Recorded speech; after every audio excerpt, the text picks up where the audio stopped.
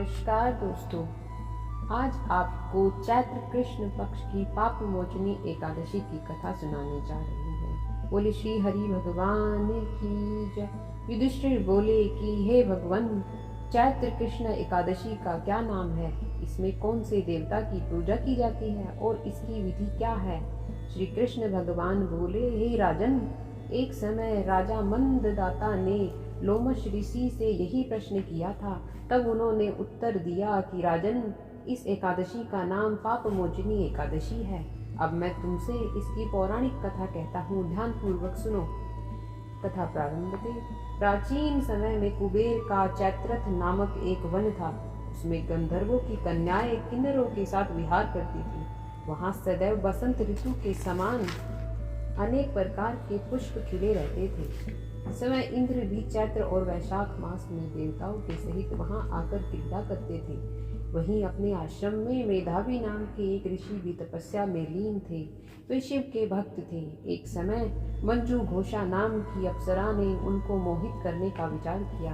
वह ऋषि के भय के मारे समीप तो नहीं गई, वरन दूर बैठकर वीणा का मधुर गीत गाने लगी। उस समय शिव शत्रु कामदेव ने भी मेधावी ऋषि को जीतने की चेष्टा कर रहे थे। उन्होंने उस सुंदर अप्सरा के भ्रू को धनुष, कटाक्ष की डोरी, नेत्रों को संकेत और कुचों की एक बाण बनाया और मंजू घोषा को सेनापति बनाकर मुनि को जीतने के लिए प्रहार किया। उस समय मेधावी ऋषि भी युवा और हष्ट-पुष्ट थे। मंजू घोषा ब्रह्म तेज से युक्त कामदेव जैसे सुंदर ऋषि को देखकर उनकी सुंदरता पर मुग्ध हो गई और अपने गीत तथा नृत्य कला द्वारा हाव भाव दिखाकर मुनि को रिझाने लगी और काम से पीड़ित मुनि को आलिंग करने लगी। इसके फलस्वरूप ऋषि मंजू घोषा के साथ रमण करने लगे और काम के इतने वशीभूत हो गए कि उन्हें दिन तथा रात्रि का कुछ भी विचार नहीं रहा। इस प्रकार बहुत समय बीत गया। तब एक दिन मंजू घोषा कहने लगी, हे मुनि, बहुत समय बीत गया है, अब मुझे स्वर्ग जाने की आज्ञा दीजिए। मुनि ने कहा, आज इसी संध्या को तो आई हो, प्रातः काल होने तक चली जाना। मुनि के ऐसे वचन सुनकर अप्सरा कुछ समय तक और रुकी। अंत में उसने पुनः मुनि से विदा मांगी तो मुनि कहने लगे, अभी तो कुछ भी समय नहीं हुआ है, अभी कुछ देर और रुक जाओ। अप्सरा ने कहा, महाराज, आपकी रात तो बहुत लंबी है। आप सोचिए, मुझे यहाँ पर आए कई वर्ष बीत गए हैं। उस अप्सरा की यह बात सुनकर मुनि को समय का ज्ञान हुआ।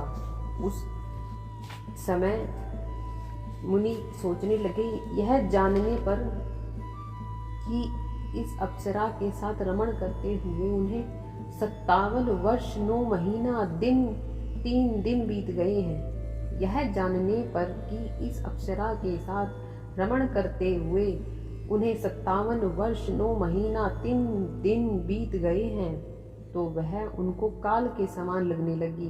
अत्यंत क्रोधित हो मुनि कहने लगे, अरे दुष्टा, मेरे कठिन परिश्रम से एकत्र की गई तपस्या को तूने नष्ट कर दिया है। तू महापापिनी और दुराचारिणी है, तुझे धिक्कार है। तूने मेरे साथ घात किया है, इसलिए तू मेरे श्राप से पिशाचिनी हो जा। मुनि के श्राप से मंजू घोषा तत्काल पिशाचिनी हो गई और भयभीत होकर मुनि से प्रार्थना करने लगी कि हे मुनि, इस श्राप का निवारण किस प्रकार होगा? अप्सरा के ऐसे दीन वचन सुनकर मुनि बोले, हे भद्रे, यद्यपि तूने मेरा बहुत अनिष्ट किया है, परंतु फिर भी मैं तुझे श्राप से छूटने का उपाय बतलाता हूँ। चैत्र कृष्ण पक्ष की एकादशी पाप मोचनी कहलाती है और यह सब प्रकार के पापों का नाश करने वाली है। यह व्रत करने से तू पिशाच योनि से मुक्त हो जाएगी। ऐसा कहकर मेधावी ऋषि अपने पिता च्यवन ऋषि के आश्रम में गए। मेधावी को देखकर च्यवन ऋषि कहने लगे कि अरे पुत्र, तूने ऐसा क्या किया जिससे तेरा सारा तप तेज क्षीण हो गया? मेधावी ऋषि कहने लगे, पिताजी, मैंने अप्सरा के साथ रमण करके घोर पाप किया है। अब आप इस पाप से मुक्त होने का प्रायश्चित बताइए। तब च्यवन ऋषि बोले, हे पुत्र, चैत्र मास के कृष्ण पक्ष की पाप मोचनी एकादशी का व्रत करने से तुम्हारे पाप नष्ट हो जाएंगे, इसलिए तुम इस व्रत को करो। पिता की आज्ञा पाकर मेधावी ऋषि ने भी इस व्रत को किया, जिससे उनके सब पाप नष्ट हो गए। उधर मंजू घोषा भी व्रत के प्रभाव से पिशाच योनि से छूटकर दिव्य देह धारण करके स्वर्ग को चली गई।